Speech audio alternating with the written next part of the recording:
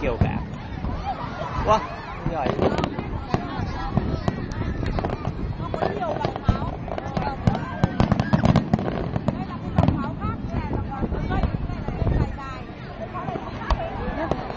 Rồi, đẹp ơi.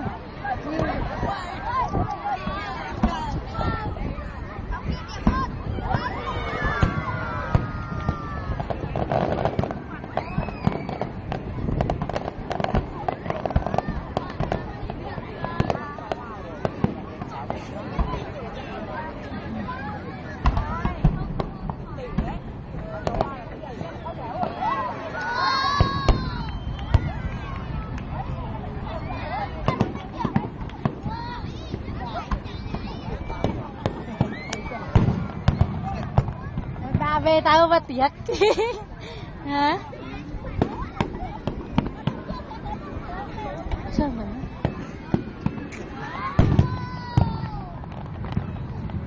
thôi mày mình chưa về.